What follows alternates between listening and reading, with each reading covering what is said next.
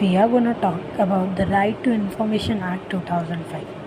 As we all know, every citizen of India has a right to free speech and expression under Article 19, Clause 1, Subclause A of the Constitution of India. The right to know and seek for information is the integral part of the fundamental rights under Article 19, Clause 1, Subclause A. In order to exercise its rights and to hold the government accountable, we must have the access regarding the affairs of the government or public authority. This is what RTI does.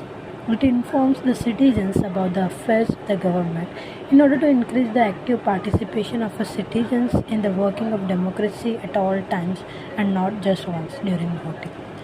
Before this act, there was the act called the Freedom of Information Act 2002, which was passed on 4 December 2002. In 2002, the government appointed National Advisory Council, which had recommended some changes in this act, and the Amendment Act, which is known as RTI Act 2005, which was passed on 11th May 2005, and it came into force on 12th October 2005.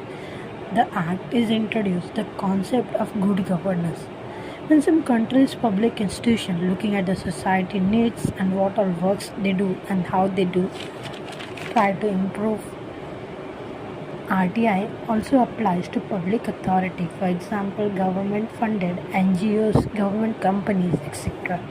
Now we'll discuss one case. In the case of CPIO versus Subhash Chandra Agarwal. In this case, the Subhash Chandra Agarwal had written the RTI application to CPIO. According to RTI Act, he wanted all the information regarding Chief Justice of India, and he filed another RTI to know the salary and service of CJI and state assets, when it was argued that whether CJI offices falls under the public domain or not. So in this case, it was held that their personal assets and details disclosed because it falls under public authority.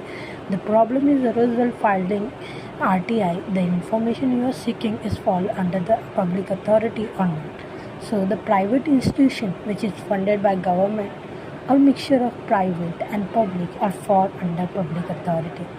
This act was amended in 2019.